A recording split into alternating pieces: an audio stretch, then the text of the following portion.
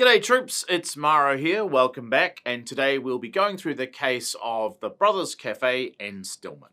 This is a case about a company that effectively comes to an end. It's not trading successfully, it needs to close, and the process by which it does that and the expectations employees can have in that process.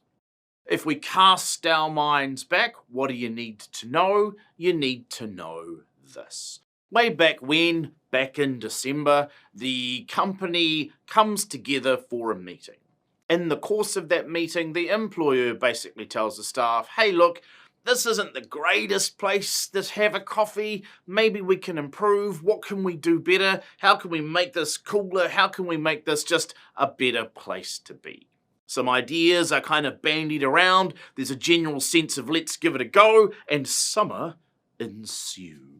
Then, late in January, the owners get together with their accountant, have a bit of a conversation, and they discover, much to their surprise, that instead of treading water, the cafe is basically going backwards. They aren't prepared to lose more money, and so they make a decision to bring the enterprise to an end.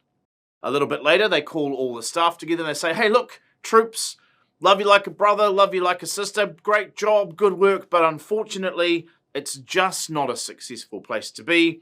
We need to bring the business to a close. At this point, Stillman, one of the senior chefs, brings a personal grievance and essentially says, look, understand the circumstances, but there's a process you're supposed to go through and you haven't done that. As you can imagine, the parties don't agree, so it's off to the authority we go. Wherein, at the authority, the member has what you would loosely describe as a good old chance to look at these facts and says some interesting things. The employer basically says, well, hang on a minute, this wasn't really a surprise now, was it? We had that meeting back in December, you remember, we were going to try and improve and make things happen, so you sort of knew things weren't great. This is just a natural consequence, a natural development of how the circumstances were going. To which the employees' advocates say, hey, I'm here for you, I'm in your corner, I want to support you, we've tried our hardest, but there's a big difference between, hey, how can we make this place better, and hey, did you know we're losing money and thinking about shutting down? And that is the conversation you should have had with us before you made a decision. Now, the authority says to itself this, as it does to the parties. First off, we get it. If your organisation is essentially bleeding cash, it is a legitimate business decision to bring your business to an end. So that's good in respect of our ability to manage our organisations. However, the authority then says, well, you do have to kind of go through the proper process for that, which does involve a consultation on the fact of potential closing.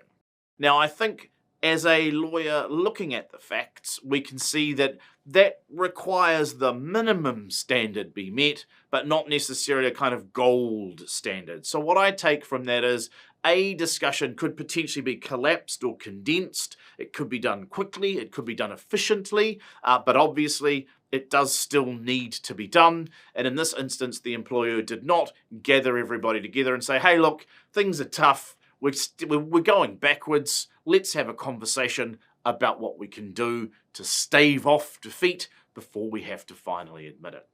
And a key point, I think, in the authority was a reflection on that earlier conversation held with the accountants, where they said, look, it's not going well, we need to close.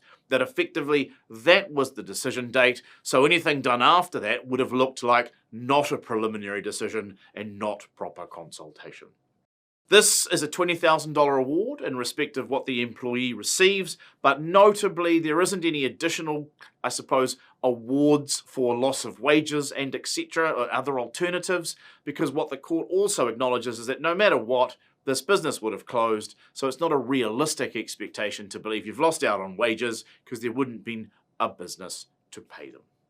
Ladies and gentlemen, boys and girls, that's all she wrote for this case. It's a challenging one, but at least it sets out the fact that you should and do have the ability to manage your business in difficult times. You just need to remember you have to meet that minimum consultation standard, no matter how significant the pressures may be on you and your business. Thanks very much. Appreciate your time here with us today, and we'll see you again next time. Cheers.